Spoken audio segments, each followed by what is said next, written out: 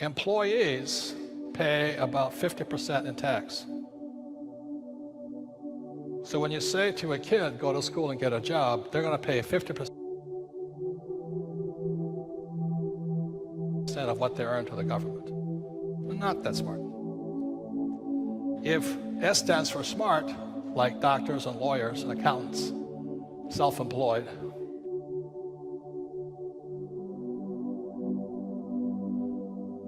they really get screwed. 60%. So all you A students out there, congratulations.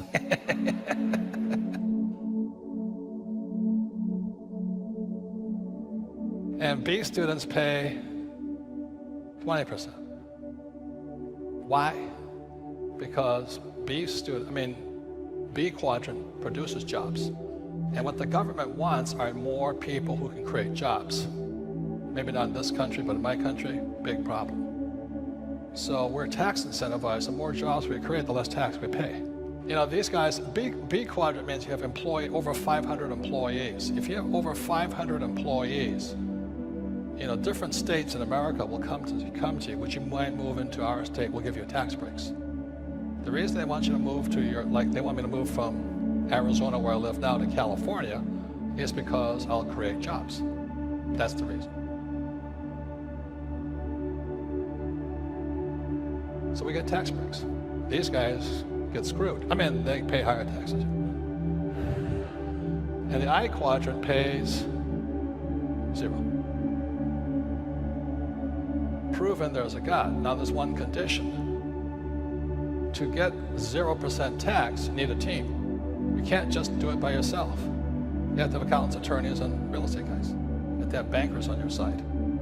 So that's why having a team is important. Just recently, I made several $1 million last month, tax-free, legally. I say that because legally, because you don't have to be a crook to pay tax. You have to be smart. The government wants you to pay no tax. Taxes are incentives. The reason I pay no taxes is because, like I said, I have 4 houses I live in, but 5,000 houses I rent out. By me providing housing, I pay 0 tax, because that's what the government wants me to do. My game financially is business, number 1. Second is real estate. And that's why I pay no taxes. That's why Trump pays no taxes. Legally, it is a combination of business and real estate that gives us an unfair advantage over employees, because they don't know what to do. Well, the New York Times article is an employee mindset, and they have no financial education. Somebody said Kushner has a loophole called depreciation. I go, you idiot.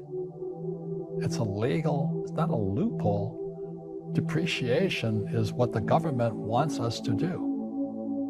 So in other words, there's 3 things. There's appreciation, amortization, and depreciation. So the way guys like Trump and Kushner and the rich guys do it is called the McDonald's formula of business. So McDonald's has a business, right? They have a hamburger stand.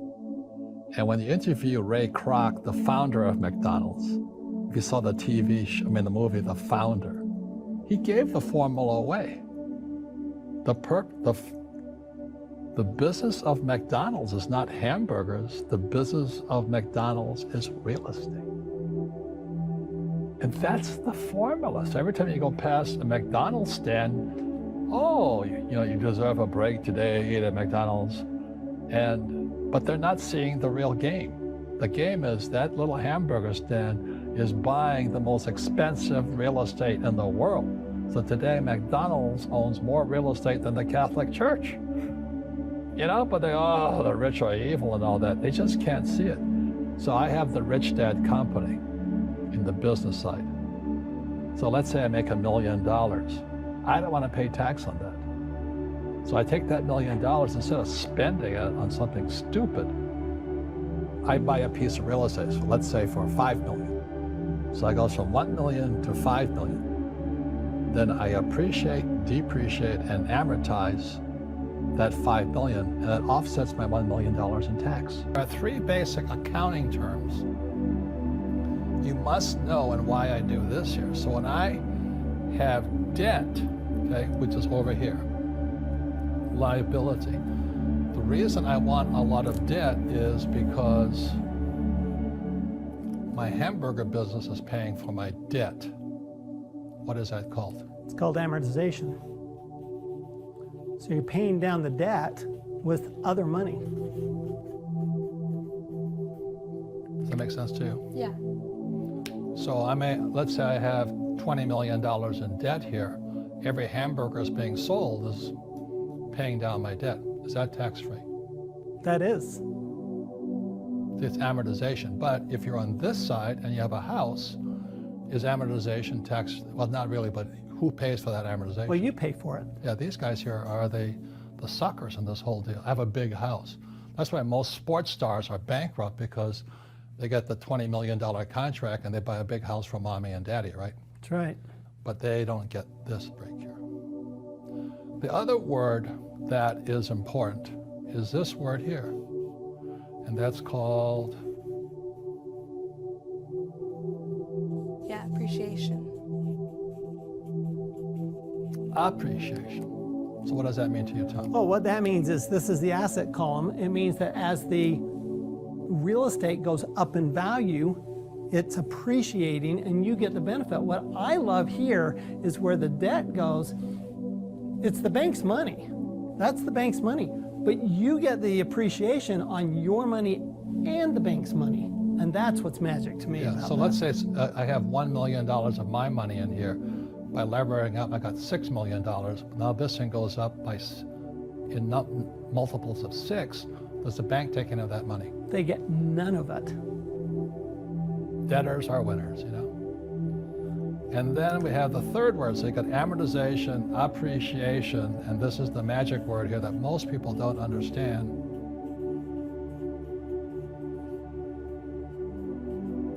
Depreciation, and this is where it gets tricky.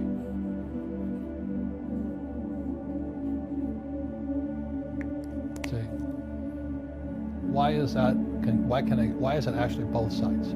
Well, because what happens is depreciation is is a deduction for tax purposes, but it's no money out of your pocket. So because of that, what's really happening is you're lowering your taxes. You're lowering your taxes with the depreciation, okay, because you pay on net income, right? So you lower your taxes with depreciation, which increases the amount of cash flow. Yeah, so let me say this much. So let's say I have $100,000 in here that goes to taxes, but because I have depreciation, I don't have to pay the $100,000 in taxes. So that means my income goes up, but it also means my expenses went down. This is number one of all the things that's hard to understand. This is simple. Everybody knows appreciation. Mm-hmm. Everybody knows amortization. I paid my car off, I paid my student loan off. But this here is the trick here. You see, depreciation means you don't, instead of paying $100,000 in taxes to the government, I keep the income. That's why it goes up. Let's say that outside of this, let's say you didn't have this, and you have all this income from your business, right? Or from this business, either one, okay? But this person can do it too. This person sometimes can do it, okay? But this person can do it, this person. Let's say that you have all this income coming in, you're paying all this tax. Let's say you have $100,000 of tax, okay?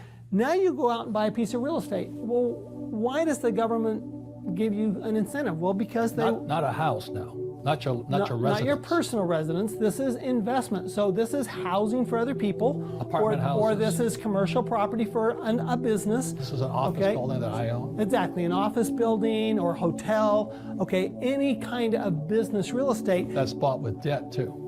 Now we add the debt. So now let's say that we had $1 million of your own money and $5 million of the bank's money. Well, we get depreciation deduction, a percentage of the $6 million. So the bank doesn't get any of that. We get all of the depreciation of $6 million. That could be as much as $500,000 a year. And because we've got that much depreciation, that's just a reduction of our tax expense. Right, so it's 500,000 extra in income, but it's actually called phantom income. Right. So what happens is because now we have less income for tax purposes, right? We don't have to pay the. We have less income for tax purposes, so now what happens is we have to pay less taxes, okay?